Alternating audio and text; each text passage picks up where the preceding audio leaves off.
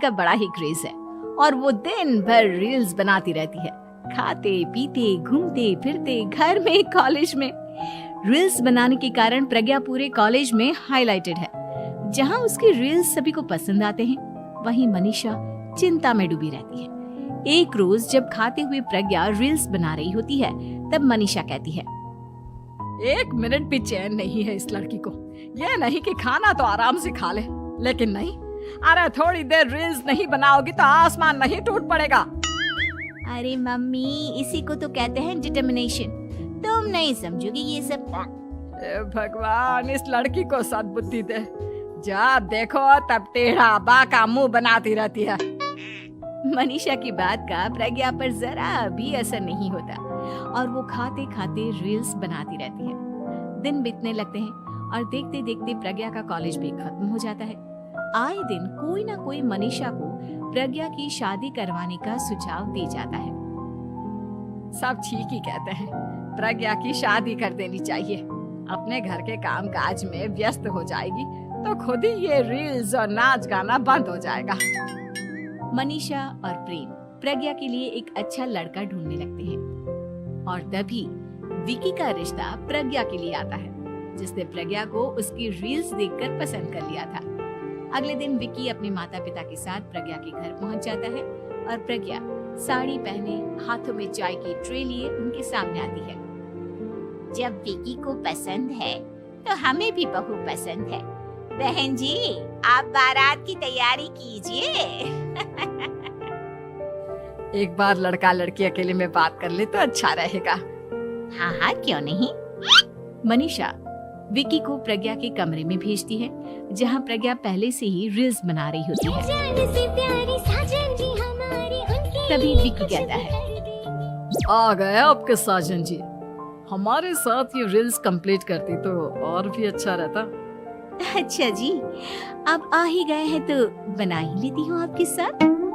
दोनों मिलकर रील्स बनाते हैं। जब वी मीट और तुरंत पोस्ट भी कर देते हैं। फिर विकी कहता है, जब आप साड़ी में चाय लेकर आए तब मुझे लगा कि कहीं मैं गलत घर में तो नहीं आ गया। अब सही है। दोनों की शादी पक्की हो जाती है और शादी के दिन भी प्रज्ञा रील्स बनाने से चूकती नहीं। यहाँ तक कि बारात के समय भी नाचते हुए रील्स बनाती है। सभी लोग प्रज्ञा की तारीफ के पुल बांध देते हैं और प्रज्ञा नाचती गाती अपने ससुराल चली जाती है। सब कुछ अच्छा चल रहा होता है। प्रज्ञा यहाँ भी दिन भर हर चीज की रील्स बनाती रहती है। लेकिन कुछ दिनों के बाद जब सुनीता कहती है, बहू, ये रील्स के साथ साथ कुछ काम भी कर लिया करो। वैसे तुझे और क्या क्या बनाना आता है?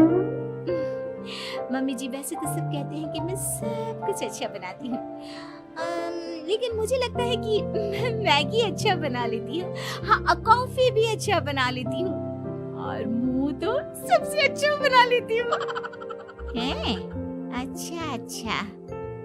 सुनीता अपना माथा पकड़ लेती है और कहती है, बहू, कुछ खाना बनाना भी सीख लेती।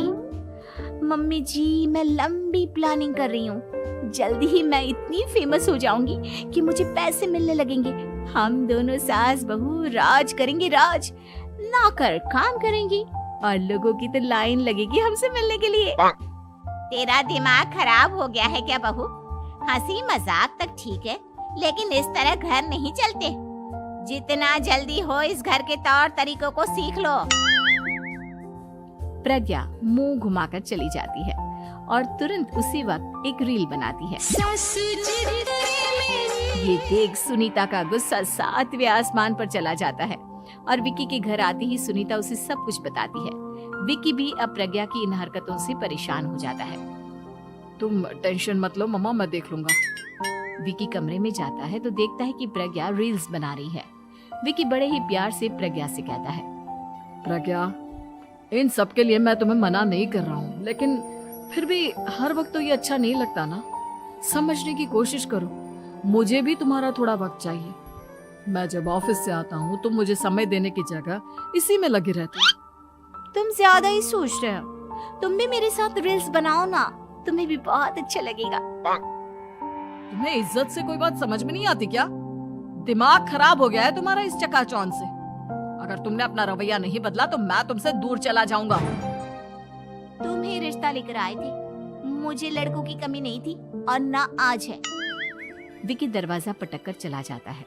धीरे धीरे विकी प्रज्ञा से दूर होता जाता है। एक रोज मनीषा प्रज्ञा के ससुराल उससे मिलने जाती है। तब सुनीता उससे कहती है, बहन जी, अब आई हैं तो कुछ दिन यहाँ रहकर जाइएगा, आप ही का घर है।